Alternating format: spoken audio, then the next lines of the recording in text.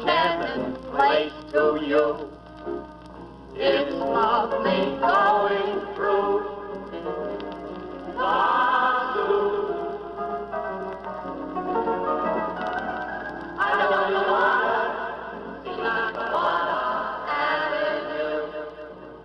The hotel Daisy Blue.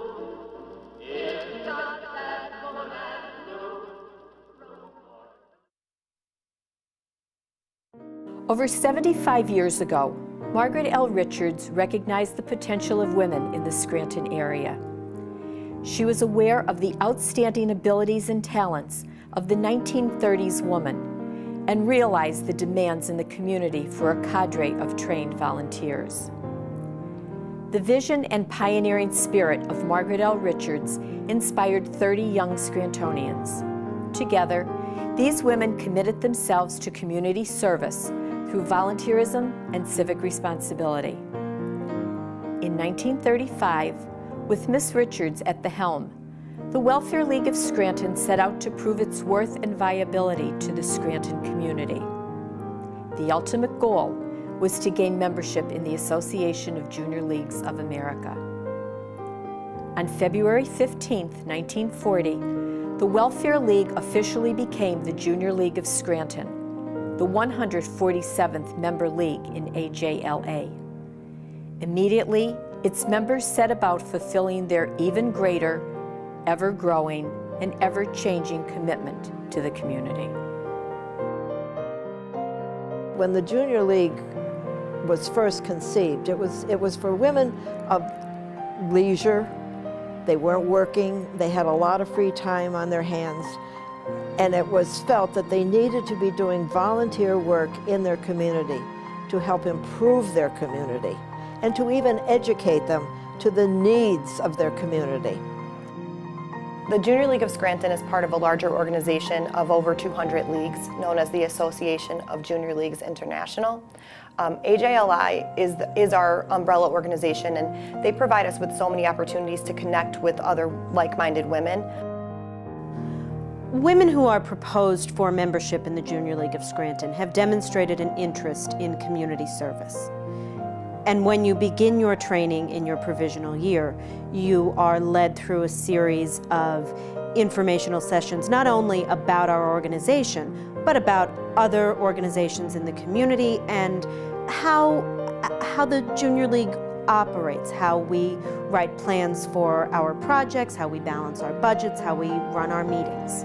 After a member has completed her provisional year, she is accepted into active membership in the Junior League. You serve as an active member for many years on different committees, in different roles, on the board of directors, on the executive committee, and then you can move on to a new classification of membership, the active preferred status. Or you may choose to become a sustaining member, which was historically something that women did when they turned 40. But the fact that these women have, over generations, found time, carved time, made time for service, in balance with their families, in balance with their professional lives, is really inspiring. The Junior League training is the foundation of the organization. It's our whole purpose. It is the thing that draws everyone together. There are so many wonderful organizations in this community of which you can be a part.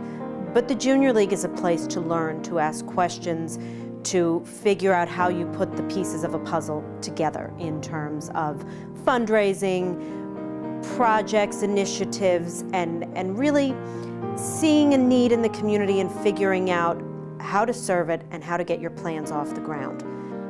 I think that's the whole purpose of the Junior League. The Junior League is a preparation.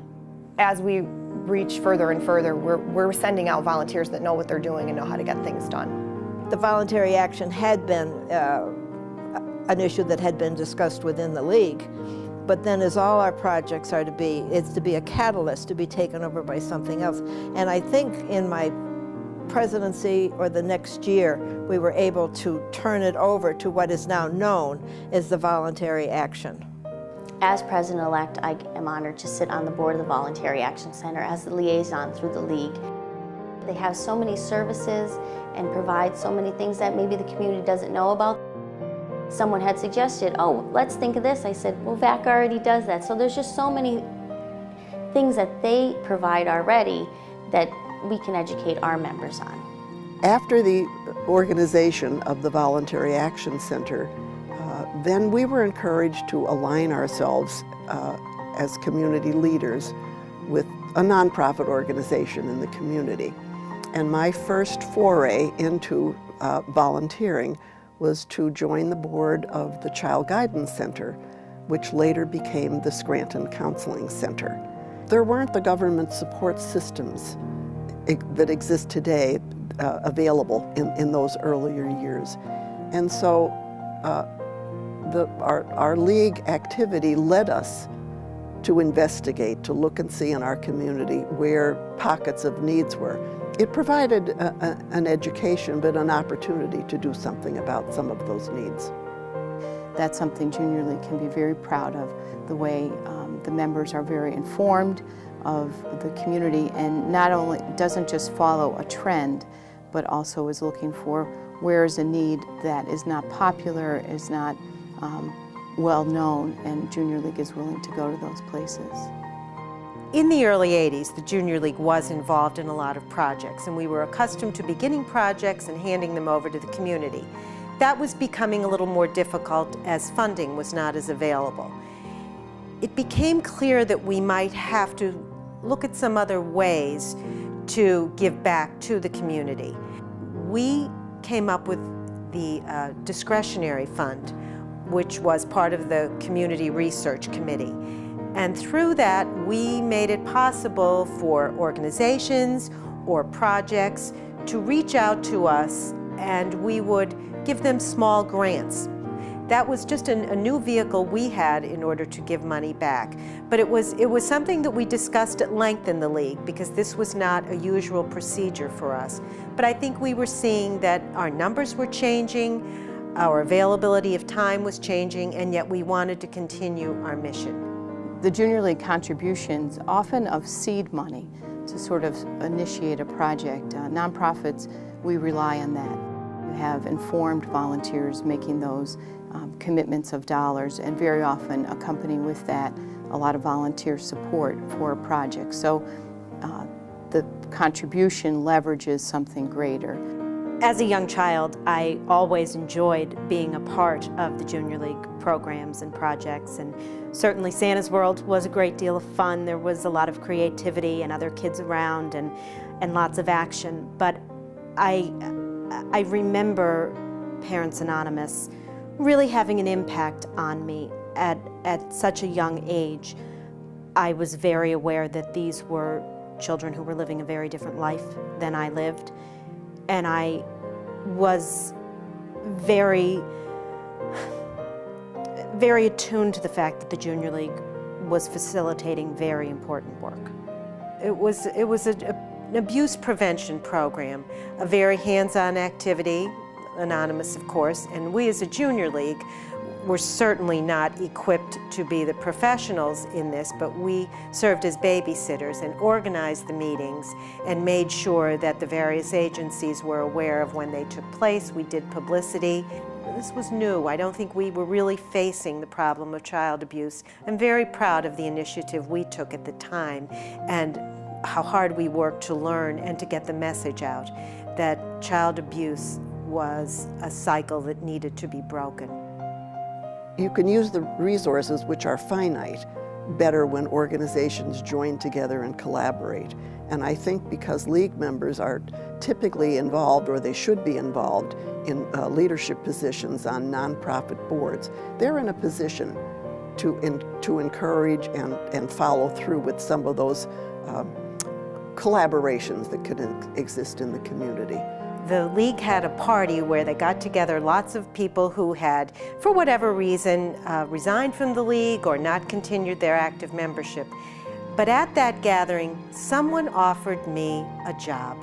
The job was to be active with the Car Seat Connection, which was a new project that the Junior League was initiating. In the state of Pennsylvania, there was not a rule or a law that required that when you took a newborn baby or that you had a small child, that they had to be in a car seat.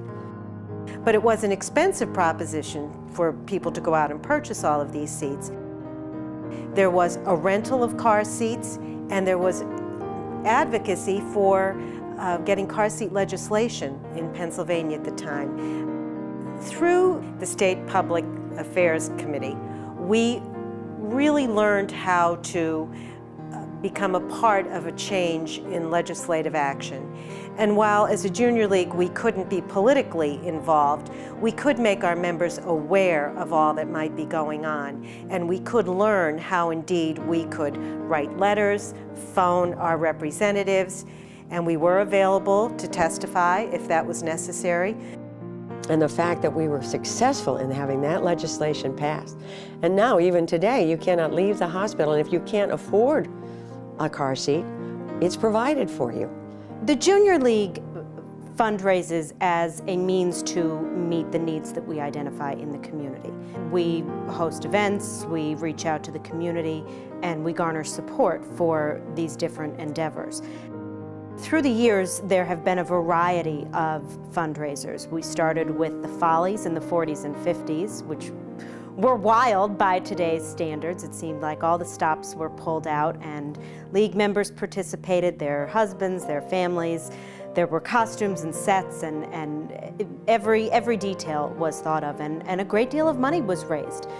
We have one figure in one of the later years of $6,000 that then went on to support the Pine Cupboard at Hanneman Hospital.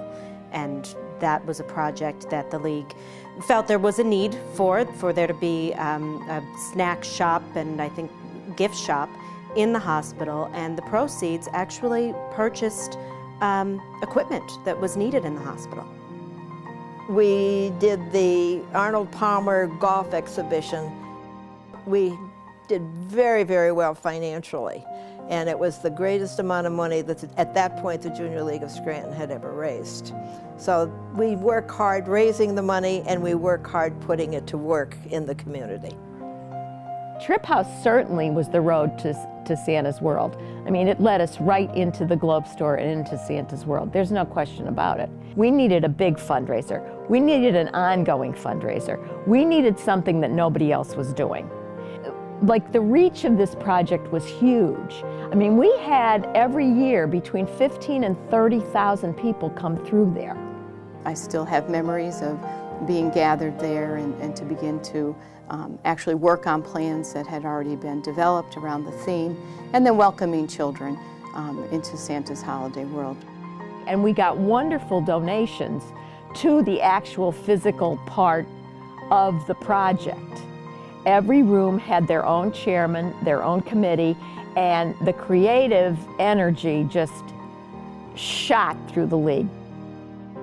We found that we were both painters and drawers and you know, idea makers, and then we brought these dreams to a reality, and every child enjoyed them. And in that first year, we raised $50,000, and that money all went towards the Blessed Trip House. One of the biggest fundraisers we got involved with was bringing Martha Stewart to Scranton. In 1991, I had the pleasure of participating in a fashion show in conjunction with an event called Entertaining with Style. The league hosted an appearance by Martha Stewart. It was a two-day event that featured vendors and demonstrations and a book signing by Martha. I think it's possible to imagine that the league's experience with Martha Stewart may have inspired them to take on the Decorator's Show House just a few years later. The Decorator's Show House was quite interesting to see how a home can be transformed by the creativity of, like I said, local artists. There was a real good sense of community doing those. It was, again, time consuming, but it was so worth it. When I myself became active in the league, the Extravaganza was our major fundraiser. It started in 2000 as a provisional project, moved to the Scranton Cultural Center, and ultimately found a home for 8 or 9 years at Scranton High School. was very, very community oriented, and to see the children and their families and people who could afford to come and take their child to the Easter extravaganza was a wonderful feeling. So I think that was a great thing because the community welcomed it and wanted it and quite frankly needed it. In the early 2000s, inspired by some of our sister leagues, the Junior League initiated a new fundraiser called Touch a Truck. They don't just touch a truck, it's more than that. The program has to do with service, and it brings it to the next level for respect for all the people that make a community work. I think the Scranton Girl Tea is a great way for us to give back to the community, and we really found a niche with the little girls that can come. Not only do they get a chance to have a special connection with their mom or their grandmother or their sisters that day, but just to see what the league is all about, but they become educated in the awareness of helping other little girls in the community. As the Follies were a focus of our fundraising, we seem to get the show business bug and also enjoy children's theater and puppet shows as a means of outreach. The first puppet show that we did was actually the night the lights went out, and that was on conservation. Whether we were dealing with the energy crisis and the issue of conservation, we touched on drug abuse, we touched on handicap awareness. We had a puppet that was in a wheelchair. We had a puppet who used hand crutches, and these were probably the size of a 4 or 5-year-old. So they were good-sized puppets so that the children could relate to what they had to go through. The thought process was we would not only speak to schools, but we would speak to other volunteer organizations throughout the community so that they would be able to also benefit from the knowledge of this puppet show. We managed to coordinate the efforts, and if my memory serves me correctly, Easter Seals purchased the puppets and the Junior League acted as puppeteers. When we got to a certain point with the puppet show, the Kids on the Blocks program, along with the puppets, was then turned over to the Easter Seal Society for their use on an ongoing basis. I think to see that the arts were often a conduit to the League's message is something that continues even to this day. In our research, we've found evidence of docent programs at the Everhart Museum. We were responsible for Isaiah's Corner, the Children's Corner at the Everhart Museum. We've done programs throughout the years with the Philharmonic. My first knowledge of the Junior League was not when I was proposed, but when I was a 7th grader in junior high school. There was a series that the Junior League put together for children's youth Philharmonic concerts, and we got to listen to beautiful music for a whole afternoon. And in the program, it said that the concert was sponsored by the Junior League of Scranton, and I thought, these must be wonderful women. And they were. We continue today the arts involvement through a project called Know Me. Know Me was our provisional project, my provisional year. We worked with kids from the United Neighborhood Centers doing all different types of art projects. They've expressed thanks to us because sometimes it's something that they didn't even know they had in them. In 1966, the Junior League partnered with the Lackawanna Historical Society to rehabilitate the Gravity Railroad car. It was one of the last remaining cars in the city, and the League and the Historical Society, along with help from Johnson's School, rehabilitated it as a gift for the city's 100th anniversary. The Wallaboo Zoo served the purpose of educating the young children of the area about wild animals and their habitat. When the delegates went to annual conference in San Diego, they have a wonderful children's zoo there, and so we tried to pattern the Wallaboo Zoo after some of the segments in the San Diego Zoo. And every member worked down there and actually were involved in the physical creation of parts of the zoo.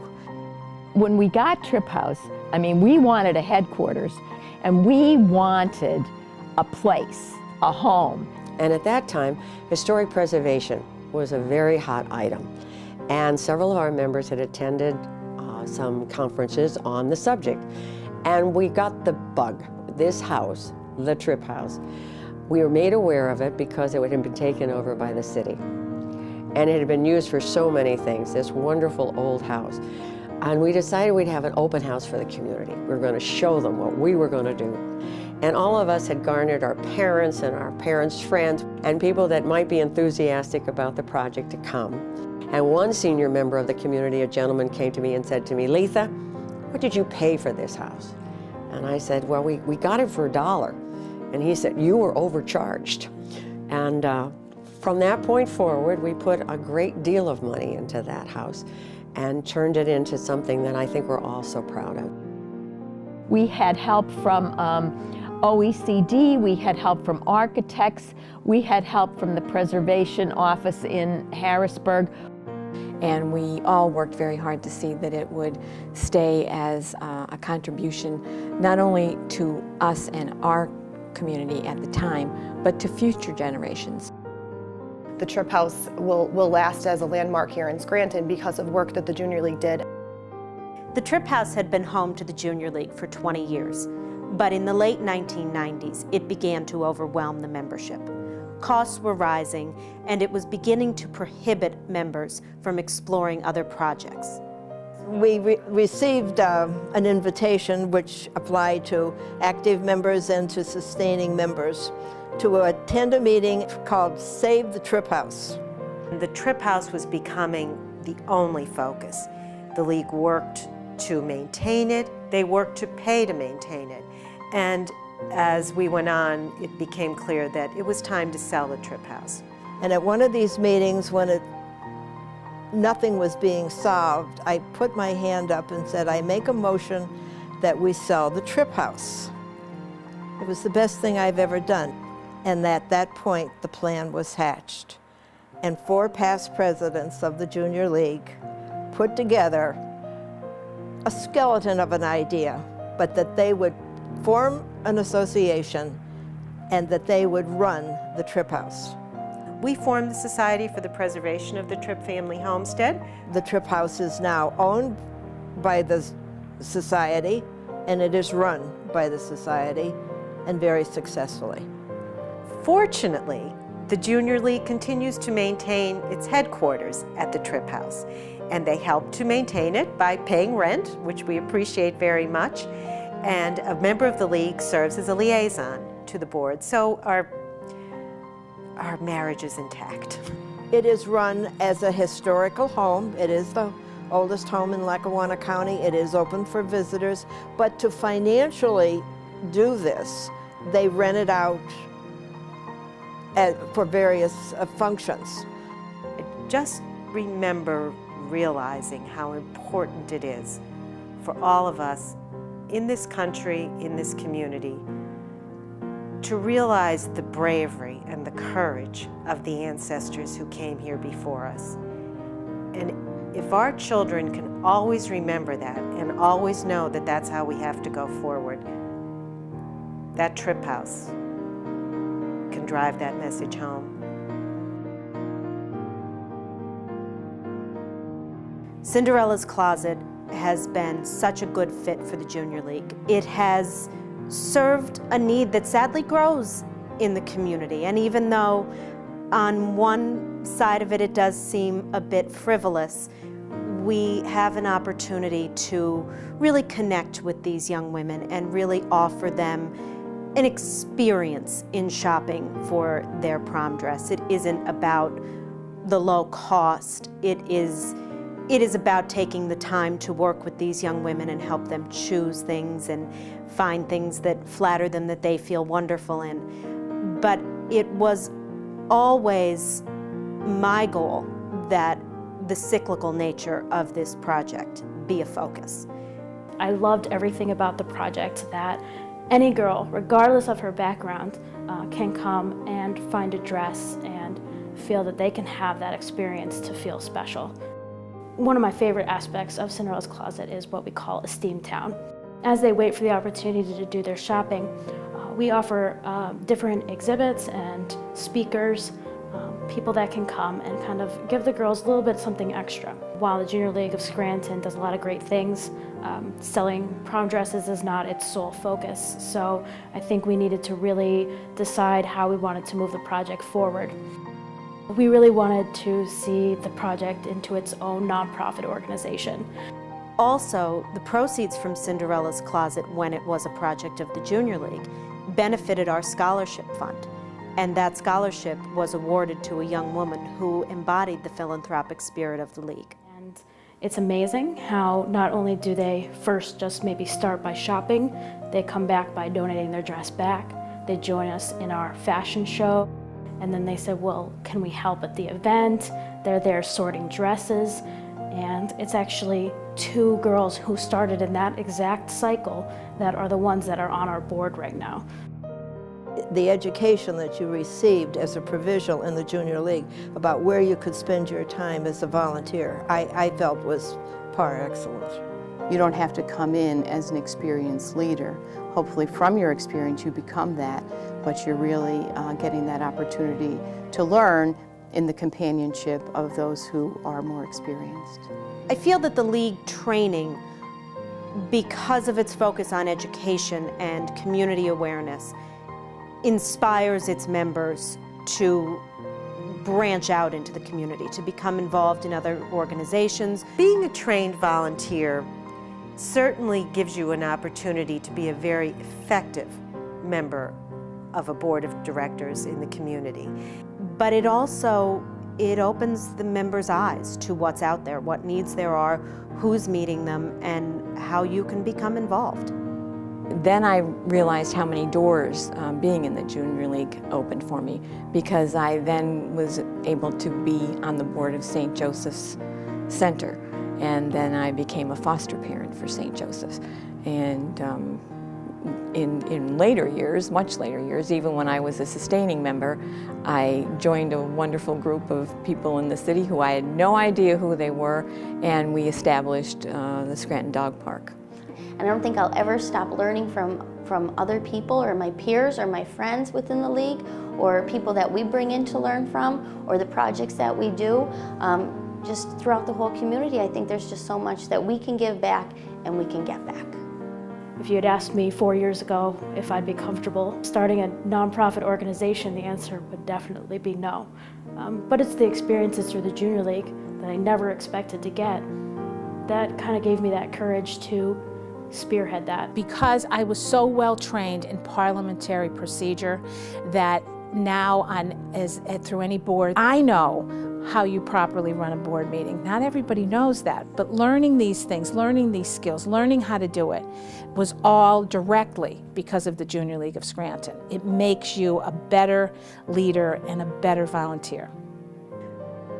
We came across the minutes from the very first meeting when Margaret L. Richards brought together members of the community and women interested in membership in the Junior League to discuss the merits of forming the League.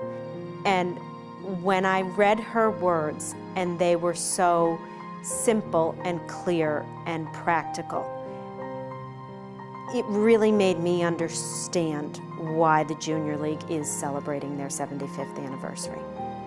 The impact that the League has in the community is an emotional one. It's a long-lasting one. We look to the future and we give our best every day, and we continue to strive to give that. You can have your life, your work, and you can also be a volunteer. The friendships I've gained from the League are so precious, and I'm sure everyone would echo my thoughts. But they are more than casual friendships. They're friendships built out of a sharing of ideas, a sharing of direction, a sharing of purpose. The League, as I've watched it over the years, has become so much more diverse, and they're so willing to take on more challenges, and I'm really proud to be, I guess, a sustainer, but I was proud to be an active, and I'm proud to be a sustainer of the Junior League of Scranton. Joining the Junior League for me has changed me professionally, but I've also just gained friendships with people I may or may not have ever met, and women from all different, age groups, all different professions, and the friendships that you form in the Junior League, you form them because you're working hard, and that's a special kind of friendship, someone that shares a work ethic with you, and I really value that. Well, I stay involved in the Junior League today because I see it as a worthwhile organization for young women to develop leadership skills. And I also think that some of us who have been in the league a long time can serve as role models to show that, yes, women can be active, participating people in the community. We can work together and really make a difference in our community, and I think that's just the most important part to me. On the others said that the friendships that you make and the good times that you do have. After you worked 8 hours at Touch a Truck in Naog Park on a beautiful 70-degree day in September, and you're hot, but then you get to go out with all the girls and have a little fun and kick back and celebrate your accomplishments. And I hold on to both those sides, the direct service side and the friendship side. I think the greatest reward is the fun of going to a Junior League meeting or to a tea and seeing the brand new young women who are going to step over that threshold and join the Junior League of Scranton. The league has been such a gift to my life. It changed my life. I'd never want to abandon it. I mean, it's been something that changed my life in all kinds of positive ways. The experiences, the education, the fun, the entertainment, there's nothing greater for any woman to do than to join the Junior League.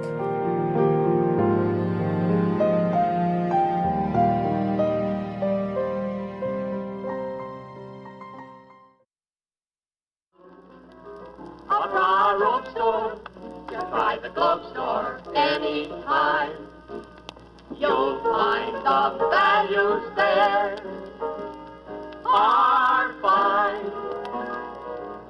The friendly manner will never spoil the dreams of a boy and girl. We'll turn our Scranton into a place of joy.